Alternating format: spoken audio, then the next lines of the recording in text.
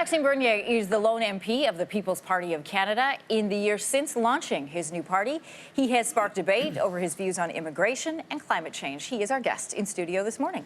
Good morning to you. Thanks for the invitation. Yeah, I should say welcome back to your morning, second time being here. You are called the People's Party of Canada. This is a new party. What people are you including in your party? Every Canadian that believes in this country, you know, people who believe in individual freedom, personal responsibility, respect, fairness, tolerance, and that's our values. That's what we want to be sure that we'll have policies in this country that will be in line with these values. So we don't believe in a big fat government in Ottawa that will tell you what to do every day of your life. And we are ready to also speak about some subject that may be a taboo subject for other politicians, like immigration. I think it's too important and we must have a discussion about it. So, and about the economy, we're the only party who want to balance the budget in 2 years, and I think it's important for future generation. You cannot have deficit, and deficit. We know that the deficit of today are the taxes of tomorrow, so we must stop that. You said you wanted to have a discussion about immigration, so we'll start there. That'll be our starting point. You talk about mass immigration. What is that definition to you? 350,000 newcomers a year. For us, it is mass immigration. If you have 350,000 a year newcomers every year, after 3 years, you have 1 million people. That's the population of Nova Scotia.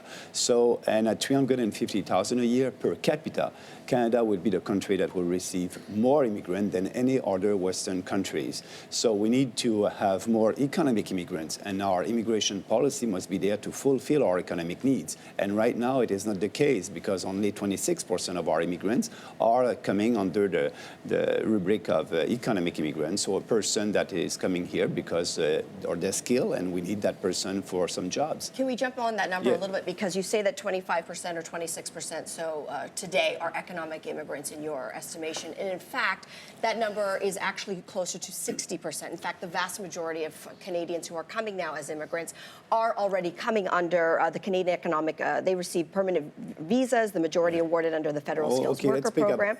So let's work on your math a little bit, because the official numbers say the majority of new immigrants coming here are already in your estimation, economic immigrants. You're right, and I'm right. You're right, because the government is saying 55% of them are economic immigrants. But what they are counting the person that is coming here with their immediate family. So the wife or the husband and the children. And for us, the person that is coming here is a person that will work here. So that's why it's 26% when you don't count the immediate family. So you assume that the family coming over is not working when they get here? That's it, yeah. Usually when you ask a person and you need that person, but that person will come and can come with their family. So the real workers are 26%. But if you add the family, you'll have that number 55%. So for us, we want 26% of them must be real, 50% of them must be real economic immigrants, plus their family. Yes, we want them to come with their family, their immediate family, that's okay. So that's why the number are different. The person that is working when it's coming here, it's only 26%, not 55%. I would have to push back on that number, only knowing that several immigrant families that I have been in contact with, I would say even in a short amount of time as 5 years, both spouses are working when they come. Yeah, they can, but absolutely. A couple of years or months after that, the wife or the husband will work. But we need the person that has to come here, because we need that person, and we cannot find any Canadian for that job. It's the wife of the husband, and after that they are coming because they are. It's very useful for us, and they are coming here because we need these person to work here in Canada. But yes, I agree with you that maybe the wife or the husband or the children will work a little bit later. But the most important is to have people that fulfill our economic needs, and that's why it's 26% of them. I want to pull back a bit on the definition of mass immigration. When people hear mass, that sounds like a horde. It's an interesting way to describe immigration. I just want to lay out for you, just to figure out which mass you're discussing. So immigration targets for 2019, these were set by Ottawa. They are as follows: 330,000, just over that, almost 331 in total. 142 to 176,000 are economic immigration, which we just discussed. Between 83,000 and 98,000 are family reunification, so either spouses or grandparents. 43 to 58,000 are refugees and asylum seekers, including those who are privately sponsored, so have not come through the government. So when you say mass immigration, which of these numbers are you talking about? Economic, family reunification? Because those numbers in and of themselves do not even put us in the top 10 according to the UN. No, first of all, if we want to have more economic immigrants, we need to have fewer refugees. And right now, by absolute number, our country receives more refugees than the U.S., 10 times bigger than us. So that was 1 year, though. Up until that time, from 2004 until now, we were not the number one country. It's still going on. We didn't fix the problem that we have at the border in Quebec, at the Roxham Road. As you know, the last 2 years, 45,000 of them, I call them illegal migrants, came to Canada. Actually, the Department of Immigration said that 40% of them will have to be deported because they're not real refugees. So then they're not counted in our population numbers anyway. So, but that's not fair, because the real refugees that want to come to our country, and because of their life, push back on your phrase, real refugees. Yeah, because the ones that are coming from the U.S., their life is not in danger when you come from the state of New York. So we want to help them. They're not residents of New York. They have fled danger, landed in New York, and then come back. For a better life. And we cannot have all these people, and I can understand that, but we need to help the refugees. A person, what is the definition of a refugee? It's a person that they're living in another country, in a camp or something like that, where their life is in danger, not a person that is coming from the state of New York. So we need to stop that, and we need to be sure that our border will be respected, and right now it is not. But I think you're conflating issues. I think you're conflating issues, because we know there are 4 main streams of immigration to this country, of which they do not necessarily overlap. Those numbers retain themselves in those 4 streams. So how does one stream affect the other? But it's a total number. So you are asking me a question about mass immigration. Mass immigration is the total, 350,000 in 2021. That's mass immigration for us. We want to go back to 150,000 a year.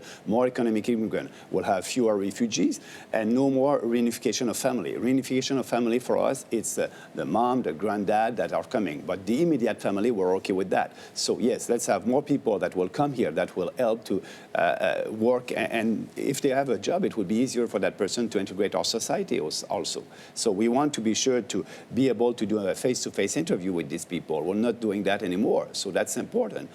We're not doing face-to-face interviews with applicants? We're not doing face-to-face interview with every one of them, and so I want to be sure that we'll be able to do a face-to-face interview and asking questions about where they want to go and what is their values. And yes, I think it's important. Are they sharing our Canadian values? Do they believe that men and women are equal in front of the law? Do they believe that there's a separation of state and religion in this country? So that would be important to have a face-to-face interview with every one of them, with 150,000 a year.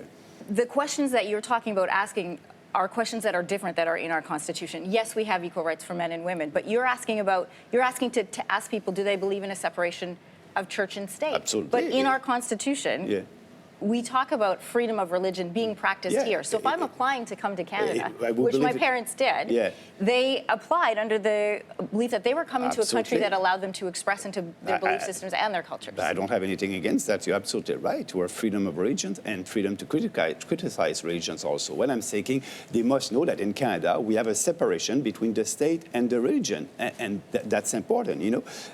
And we have also, we're a pluralism country, we're a diverse country. I agree with that. But what I'm saying, they must know that that's a free country, free markets. And actually, right now, we need to have that discussion, because we love this country and we want this country to be like that in 20 years from now. I don't want to have some no-go zone like in France. They have no-go zone. When you cannot go, it's too dangerous. So, and people who came in the past, they came under certain rules, a point system. Yes, they came under the Multiculturalism Act, which you were looking to scrap.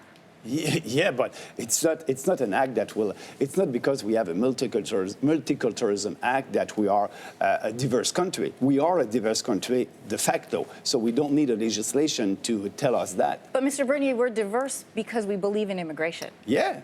But I believe in immigration also. You have tried to tell me that I don't believe. You tried to tell me that I don't believe in immigration. I believe in fewer immigrants. I'm not anti-immigration, and I'm not for mass immigration. And I think it's normal to have that discussion in 2019 in Canada. If we could jump in here, though, when you talk about fewer immigrants and you're looking at slashing the numbers by approximately half, we currently, as we sit here, the 3 of us right now, we have an extreme labor shortage in this country by the tune of 500,000 people. Yeah. And there are some groups that say within the next 10 years, that number could actually be closer to 2 million people.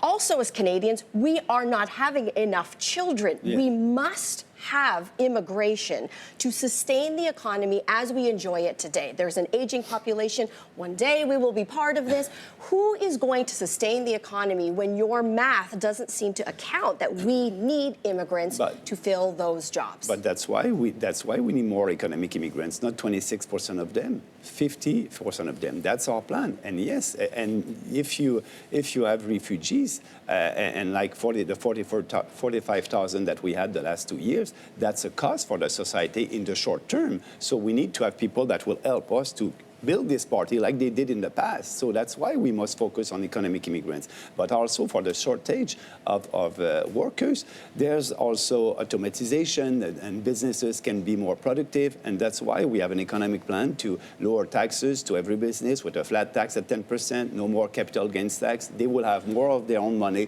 in their pockets, and they will be able to give a raise to an employee or to put more money for being more productive. So that's the immigration. It's a solution, but that's not the only solution.